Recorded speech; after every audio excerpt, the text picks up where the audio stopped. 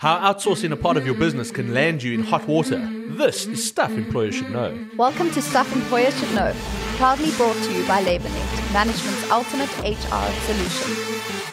Hey, and welcome to the podcast. I'm Barry Gordon-Davis, and over there is Yes Like It Ismail. We are back in studio, yes? Yeah, man. Happy to be back. A stressful week for both of us last week, eh? It was, doing the whole home recording thing. And I don't know, obviously you sit and listen to my recordings and I sent it through to you, and I must say I was a bit cringy after the fact. I think that they've created a drinking game, taking a shot every time I say the word specifically, I think, in that last one. So I'm mindful of it, and sorry if it's offended anybody. Well, I'm just glad that you didn't do the recording from your cupboard this time.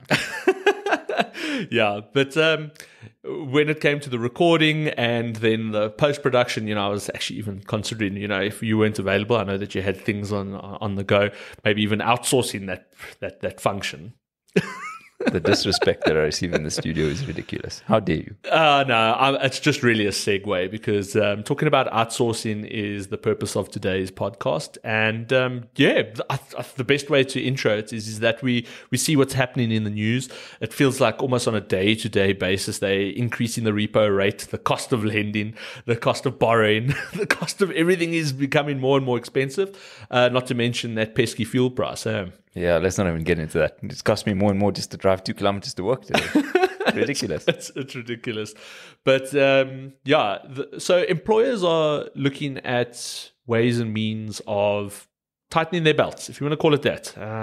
We've seen that the COVID pandemic and even prior to that was a bloodbath in the job market when it came to employers having to look at operational requirements as a result of, the natural effects of the slowdown of business worldwide. I mean, I don't think that there was any, even if you were a personal protection, PPE provider, it wasn't necessarily smooth sailing during COVID time. So everybody had to tighten their belts in some way or form. And we can see now with the cost of electricity or the fact that there is no electricity and the like, cost of doing business has gone up. And one of the things that employers do when they look at efficiencies in their business is outsourcing.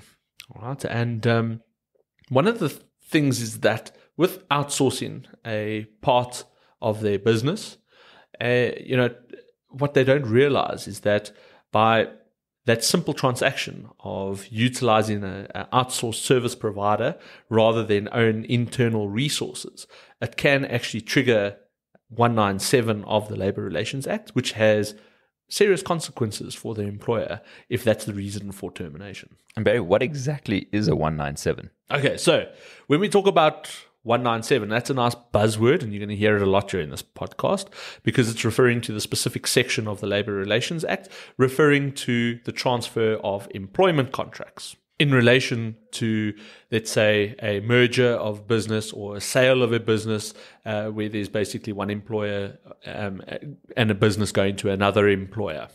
Okay, so you're saying 197 is when you buy or sell a business, but how does outsourcing relate to that? Okay, now that's the important thing to note is that it's not only just the buying and selling of businesses, because 197, the actual specific section in the Labour Relations Act, has its own definitions of what it sees as business. So effectively, a 197 is the transfer of a business as a going concern. But now transfer has its own definition and business has its own definition. So business, as defined in the Labour Relations Act, specifically under Section 197, includes the whole or part of any business, trade, undertaking, or service.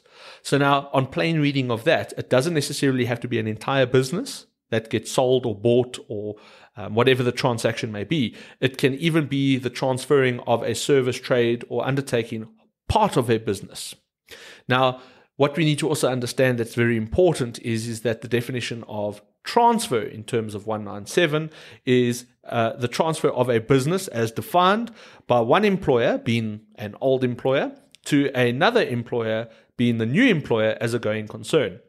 So when we talk about outsourcing, if that, let's say that forms part of your business in terms of the definition of 197, i.e. it's a service, trade or undertaking, and it goes from one employer, i.e. there's a particular resource that is fulfilling that service, trade or undertaking, and that service, trade or undertaking then goes to another employer, being the outsourced service provider, because it ticks the box of transfer and it ticks the box of business in terms of the definition. If it is then seen as a going concern, it may trigger 197. And then, Barry, what are the consequences of triggering 197? Okay, so the main consequence of a 197 is that we must be mindful that if any person or resource is terminated as a result of a 197, in terms of the Labour Relations Act, it is seen as an automatically unfair dismissal. Automatically unfair dismissal means that you can't even go and prove that there was fair procedure. And it's in terms of Section 187, subsection, it's 1G of the Labour Relations Act. It basically says that if an employer terminates employment as a result of anything relating to a Section 197 transfer, it is seen as automatically unfair. The purest form of this would be where I, let's say, retrench my current individual that's fulfilling that function, only for that function to then be transferred to an outsourced service provider. That's the purest sense of where it would then trigger an automatically unfair dismissal. The dismissal of employees fulfilling that role, rather than allowing them to effectively transfer, is seen as an automatically unfair dismissal. So to answer your question, what are the consequences of a 197? So if a transaction, and I say transaction because there's many, many different forms, as we said, mergers, takeovers, outsourcing in certain circumstances. If it ticks all the boxes and it triggers 197, in terms of Section 197, the following four things automatically occur. All right. First is that the contracts that were entered into, and we'll refer to it as the old employer, which is the party that is then obviously transaction with the new employer, which would be the outsourced service provider for the purposes of this example. All the contracts that were entered into between the employees and the old employer are seen to have been entered into between those employees and the new employer. The second thing is that all rights and obligations that existed between the old employer and the employees now exist between the employees and the new employer. This could even include collective agreements that have been entered into with trade unions, registered trade unions, and the like. The third, and probably the most interesting one, and I know this usually gets the woes and the wows, is that anything done by the old employer in terms of the commissioning of an unfair labour practice or unfair dismissal or even discrimination from the date of transfer is seen to have been commissioned by the new employer. So the new employer can actually find themselves in a hot water for something that the old employer done as a result of the 197 transfer. And then finally, there's a continuity of employment, i.e. service. So your start date that was with the old employer continues to run with the new employer. So you're basically buying or transferring that business with all its baggage. It comes with the whole thing. And yeah, it basically, you need to understand that unless there's an agreement in terms of subsection 6, which is another complex part of the Act, these things automatically happen. It's a runaway train. You can't decide for it not to be a 197. If it triggers 197, it is a 197. So anything done in contradiction to section 197 would then be seen as unfair. So the new and the old employer can't simply go and decide, okay, well, we don't want to do it in terms of 197. If the transaction ticks the boxes, it is a 197. And I think probably the most important case with regards to Section 197, specifically on today's topic with outsourcing, is the Rand Airport case. Now, in summary, what Rand Airport was doing is that, I mean, we know what they do, right? They land planes, they traffic control, they house planes, they refuel them.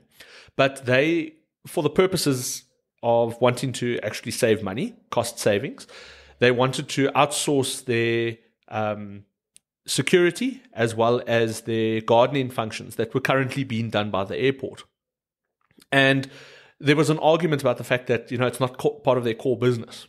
It's not that, as I just said, they're in the business of an airport, not gardening or security. Of course. And there was then argument as to whether the fact that it was just a support function of the business then would not then trigger the definition of business. And quite clearly it was then found in the courts that plain definition of service, trade or undertaking, the gardening and security functions would form part of that service.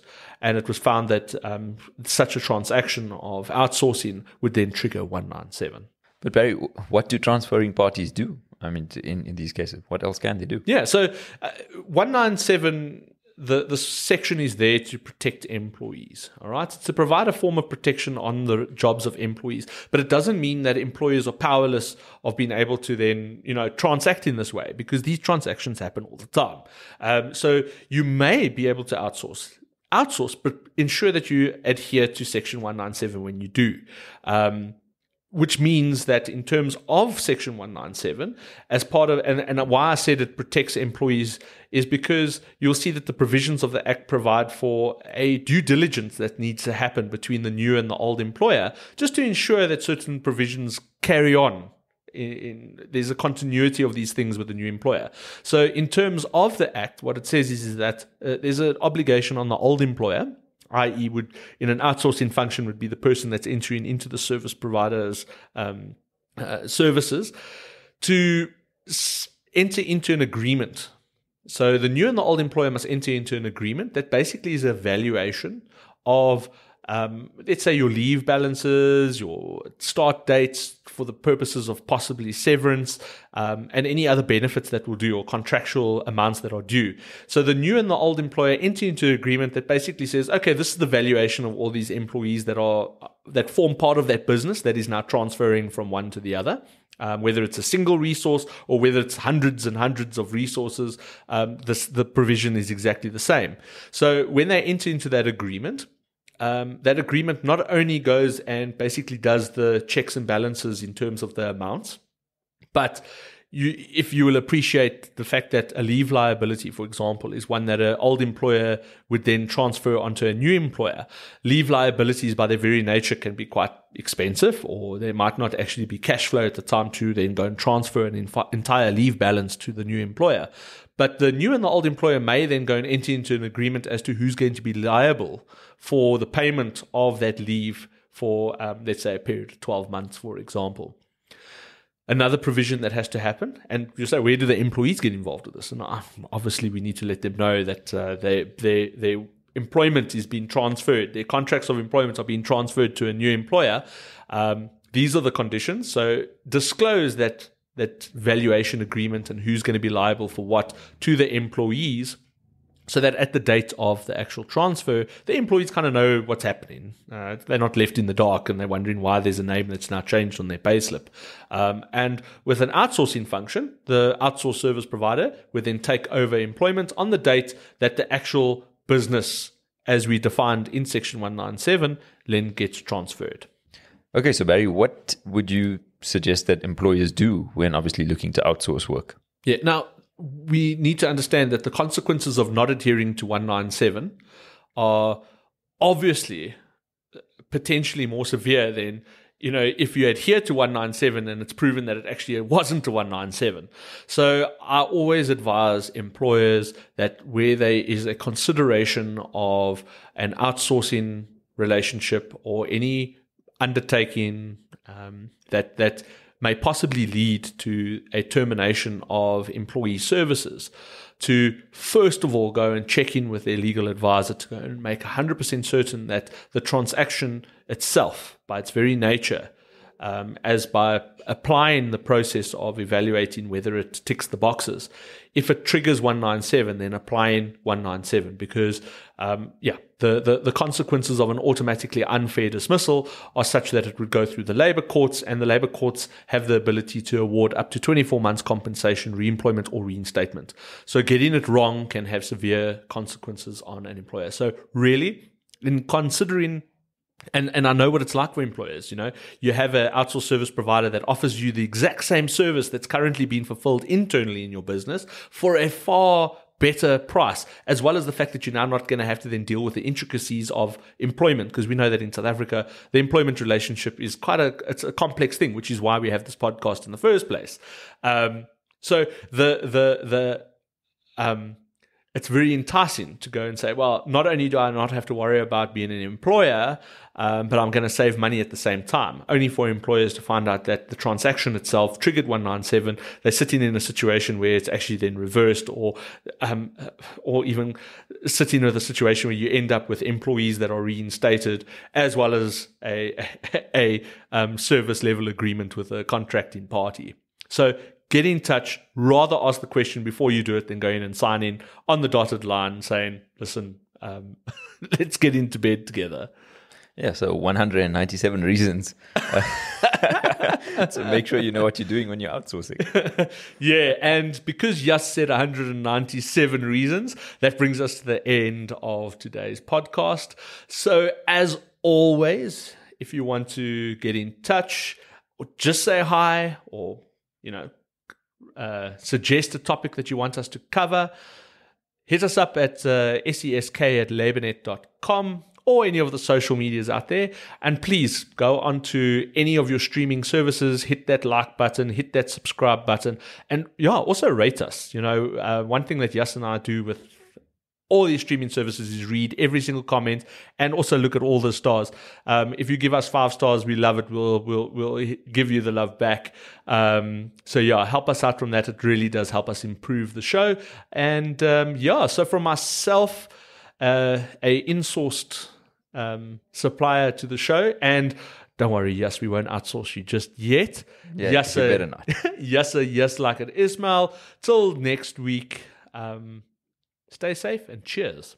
Stuff Employers Should Know was proudly brought to you by LaborNet, management's ultimate HR solution. For more episodes from Stuff Employers Should Know, go to Apple Podcasts, Google Podcasts, or wherever you play your favorite shows. Case law or statutes referenced in the podcast are current at the time of recording.